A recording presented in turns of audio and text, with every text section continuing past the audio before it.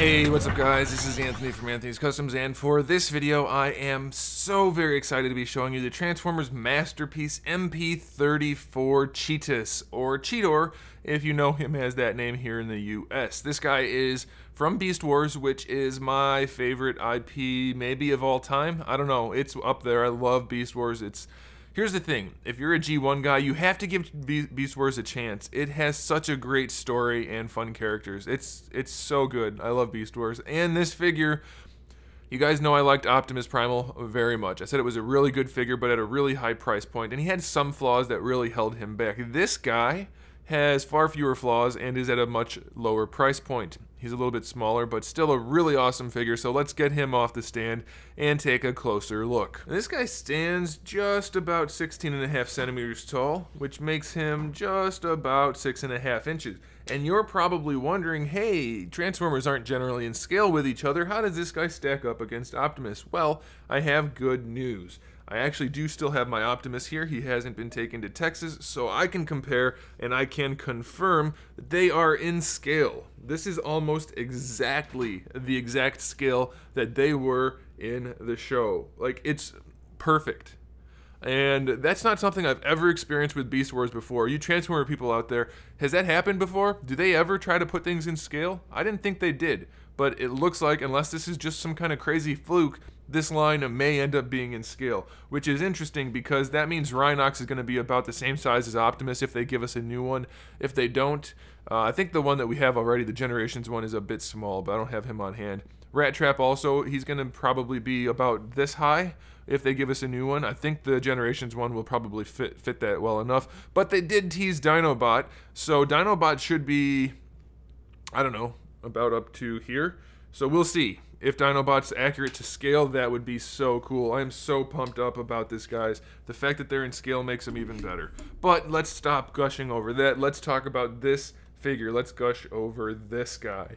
For the most part, the paint on this guy is just superb. The yellow paint is all nice and flat, so that it has a very nice, like, organic feel to it in terms of the composition of the character. We have the metallic blue molded and painted parts, and then we also have the goldish bronze on there, which looks so nice. So very well done. The faces look great. You can see we have the Maximo logo on his little crown piece, and that looks nice. And if you look back here, they even did the shading with the light colors inside for the fur, even though you'll never see that in beast mode, so that's cool. Now, one issue I do have, and you can see here on the chest, is that all of the dots on the cheetah print are pixelated. They're all like a dot matrix thing, and while that's not terrible, if you get too close to it, it does look pretty weird, and it doesn't look great.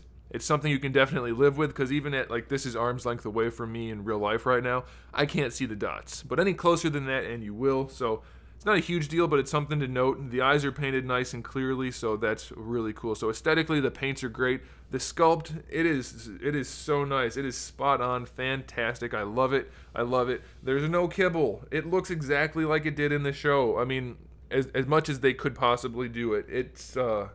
It's really something else, guys. This figure is so nice. The only real gripes I have come out of Beast Mode, which we'll get to in a little bit, and the transformation kind of. But before I talk about the figure anymore, let's talk accessories. We do have a couple of interchangeable faces for robot mode. We have the neutral face that comes on him in the package. We have one face, which is, I guess it's supposed to be like a shocked or surprised face. The eyes are kind of big and the mouth is open a little bit more, and you can see the teeth in there, so that's really cool. And then we have one where he's kind of just smirking. One eye is a little bit squinty and his mouth is open kind of crookedly, so smirking, I guess, which is kind of cool. It fits CHEETOR nicely. And here's another nice thing about this figure. It is exceptionally well done in terms of light piping. So for you people that aren't Transformer people, light piping is when you have translucent plastic in the back of the head that goes all the way through to the face. And when you shine a light into it, the eyes or mouth or whatever will glow. Now, all of my lights are coming from the front right now, so I can't show you, but take my word for it. The light piping on this thing is fantastic, especially with the faces with the open mouths. it looks great. It comes through very nicely, so that is awesome. And then we do also have the accessories of his two blasters. We have the one that looks kind of like his guts, which is like the more normal looking gun, surprisingly. And then we have the one that looks like a part of a cheetah with a gun on the end. But they're both accurate to the show, and they both look pretty nice, and they both have handles which he can hold. You can actually store his weapons on his back. The guts one just plugs in right here, and then the other one that looks like mostly cheetah parts can plug in down here, but it gets really cumbersome and it really gets in the way, so I wouldn't recommend it, but it is possible to do it, and it shows you how to do it in the instructions if you want to. Now let's talk about the articulation on this guy, because once you get a Transformer in robot mode, you need it to be basically an action figure of that Transformer. So how does this one work? And the answer is surprisingly well. The head does have rotation, which you would expect, but it also has a hinge. Now here's the thing. Let's see if it'll work. Nope, it won't. There's a ball peg that the head connects to, and the socket for the ball peg is on a hinge, and that is supposed to allow you to lift his head up to put him in like a laying down pose. You can actually see the pin for that hinge right there. It almost always just pops off for me. Now, it could just be a fluke. Yeah, I can't get it to go. But you can have the head look up. You just have to get lucky and hope that your ball peg will hold on a little bit tighter than mine. But it's still there, so that's nice. And you can move the head around a little bit on that peg as it is. Now, for the shoulders, this is a really cool design. We have a swivel down here in the armpit, and then we have the rotation here and a hinge. So you can bring it around. Let's rotate it first. So you can bring it around like a butterfly joint if you want to, which works very nicely. You can take the arm and basically put it in any pose from that little swivel. There's also a hinge here, which you're supposed to use. You're supposed to keep the shoulder up in that position, and then you're supposed to bring the arm down a little bit, which is okay. It gets rid of a little bit of a gap, but since you have to actually snap together that ball hinge, when you bring the arm down, at least on this side for me, it unsnaps. So I generally have to leave the little blue piece right there out, but it still creates really good articulation. You have a full ball hinge up here for the shoulder, and then you have your bicep swivel. You have a double jointed elbow, which is, it gives you a full 180, which is really cool. And then for the wrist, you have a swivel and a hinge. The hinge is really stiff, but it is in there. You can move it at right there at the wrist. And then you also have a hinged set of fingers. So it's full-on articulation, like a regular action figure, if not better, for the arms and shoulders. The waist twist. He has a waist twist. Most Transformers don't because it ruins the transformation, or they can't because of the transformation. He does. So full-on waist twist. Hips. All the way out to the side, if not more. You can actually take them up a little bit higher, so that's incredibly good. You can bring them all the way forward without moving anything, and if you want to, you can even take them farther forward and just lift up that flap a little bit, and you can give him a high kick. So incredibly well articulated for the hips. You have a thigh swivel down here, right above the knee. You have a double jointed knee, so you have this main hinge right here, which he'll move on, but then there's also another hinge in here, a secondary hinge, so if you want to go even farther, and it'll even go farther than that, but really, really nice range. And his joints look so much better than Optimus's. I don't know why they made Optimus have those really gappy joints, but CHEETOR's are fantastic. One downside, though, is he has almost no ankle articulation. You can't really move this part. I mean, it goes a little bit out, but that doesn't really do much, and folding it in doesn't help, so that doesn't really move that much. And then you really don't have anything here because that's just part of the transformation.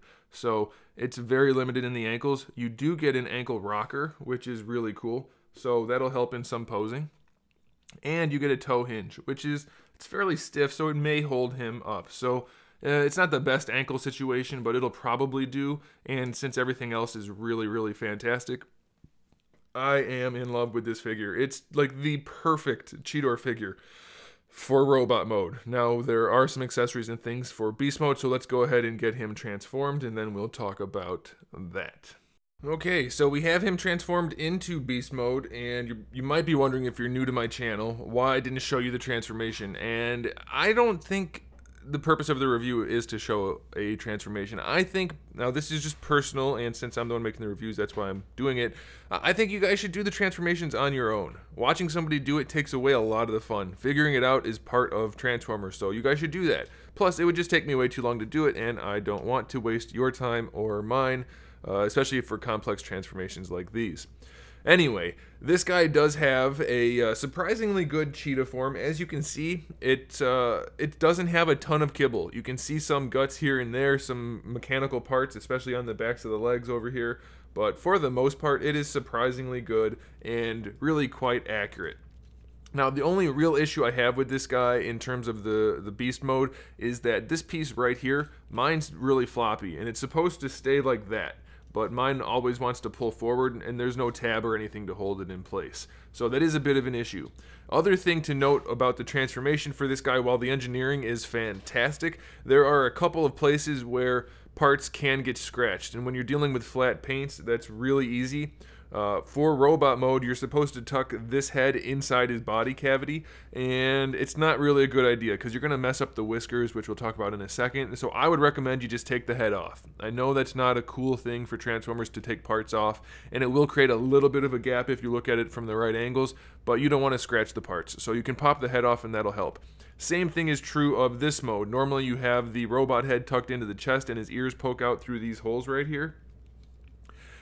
Too many opportunities for scratching, so I just pop the head off and leave it out, and it doesn't even create any gaps other than these little two holes that have the golden ears poking through. So I would definitely leave the heads off in the transformation for the opposite modes, but that is totally up to you. The only other issue is right here where this piece folds down. You have blue paint, and then you have the chest of the robot mode right there. And as you can see, mine already has scuffs on it just because you have to push the blue paint basically up against that chest piece. So that is not an ideal situation for that spot, so be extra careful. Now, as far as the articulation goes on this guy, the tail does have 2 points, but it's pretty goofy looking, so you don't really want to mess with that. The back legs have basically all of the articulation that he had in robot mode. We have the full ball hinge right here for the hip. We have double knees, the thigh swivel. Then we have our extra 2 ankles, basically. So extra hinges right there. For these arms, we have a full rotation up here for the whole shoulder. It'll rotate inside that shoulder also. It's just kind of hard to get it to work sometimes, but there it is. You also have a hinge that allows the arm to come out. Plenty of range. I'm just not going through the full range because it's not necessarily realistic. You do have a swivel. It's kind of stiff, but it's right there. So you have a swivel. You have another hinge. And then you have another hinge down here. I almost pointed at the hole. You have a hinge right here, and then you have another swivel right here. So it's really cool. You can basically pose this guy however you want to in cheetah mode, even though it's very much likely to do that. And it is easy to pop this guy apart as you're trying to pose him, but well, I guess that's what it's going to be. But look at that, man. That's really nice. I can't get over the fact that they did such a good cheetah mode. Anyway, you have the one gun tucked in right here, and then the other gun tucked in. It covers the whole tail and hind quarter or flank area. Okay, so now we have more articulation for the head. I didn't even realize this at first because it comes like this with the head really scrunched up, and it doesn't look great, but you actually can pull the head out some, and that will not look the best, but it does give him the better proportions. And then you also can have him look up and down and side to side. So that's really cool. So now the last thing we have to talk about is the interchangeable heads for the cheetah mode. So we have 3 heads. We have the one neutral head.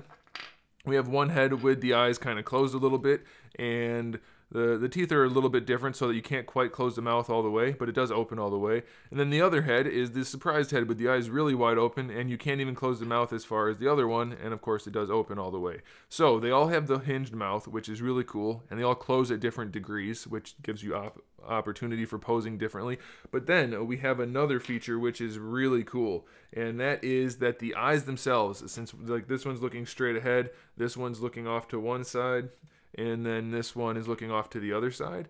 Like, let's say you want to have the surprise look with him looking straight ahead. You can do that. You can just pop the eyes out like that and swap them out. Every head has removable eyeballs. So it's really cool. Not only do you get the 3 heads with individually sculpted eyes and mouths, which do hinge, but you also have the 3 eyes that are interchangeable. So how does that work? Is that 9 options?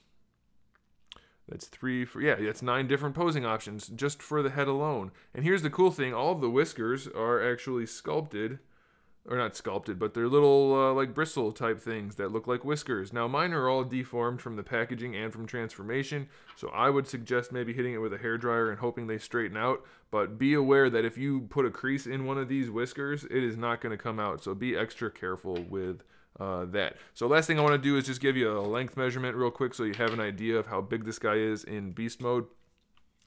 And we're going to make sure he's folded up right there. From head to tail, he's roughly 21 centimeters, which makes him roughly about 8 inches, right around there. So really, really solid transformation, really solid figure in general, both in beast mode and robot mode. It is absolutely impressive to me that they were able to do such a good job with this. He's such a cool figure, even better than Optimus.